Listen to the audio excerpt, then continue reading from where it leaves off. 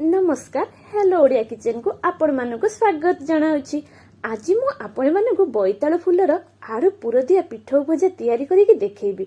एहाको तयारी करिबा बहुत ही सहज आ आपण माने एहाको बहुत कम समय रे घरे मध्ये तयारी करि परिबे। एही पिठौ भजाटा पखाळ भात सह खाइबा पई भारी बढ़िया लागिथाय। घरे थरे एहाको निश्चय ट्राई करंतु। आशा करूछि आपण मानक एही रेसिपीटा निश्चय पसंद आसीबो। जदि आपण मानक आज मोर एही रेसिपीटा भलो लागिबो ताहले लाइक कमेंट शेयर निश्चय करिवे। आ जदि मो चैनल को सब्सक्राइब करि नाहंती ताहले जल्दी जल्दी जाय हेलो ओडिया किचन को सब्सक्राइब करि नियंतु। पाखरे थिबा बेल आइकन को प्रेस करबा को जम्मार भी भूलंतुनी।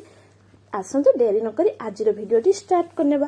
तो प्रथमे मु एठी किछि फूल को नेइछि ताको भल्लो भाबरे बाछि नेइछि धुई सारला परे देन आमे गोटे बैटर प्रिपेयर करनेबा जोथिरे आमे किछि 2-3 घंटा हेबो बतुरे रखिथिबा अरुआ चाउल नेइछि ता सहित गोटे चम्मच बुट डाली 1 इंच पाखापाखी अदा गोटे चम्मच किछि गोटा जीरा गोटा सरिष आ गोटे चम्मच हळदी को नेकी भल्लो भाबरे अल्प पानी दे भल्लो भाबरे गोटे पेस्ट बनै नेबा।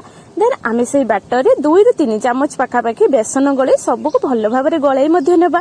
देन फूल को परिष्कार करी रखिथिबा सेथिरे आलू को माने आलू भत्ता को आमे स्टफिंग देकी दे देबा। देन सब जो फूल गुड़ा को आमे बेसन ले एपट सेपट भल्लो भाबरे गळै नेबा जहा द्वारा बेसन हमर भल्लो भाबरे फूल भीतर को जाई परिबो।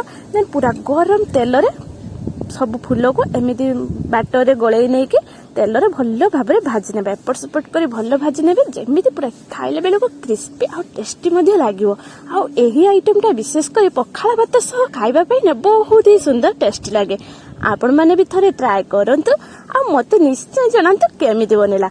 तो एमिति न्यू रेसिपी देखिबा पई चाहूतले आ चैनल सह जडित रहिबा पई चाहूतले सब्सक्राइब करिबा पई जम्मारे भूलंतनी।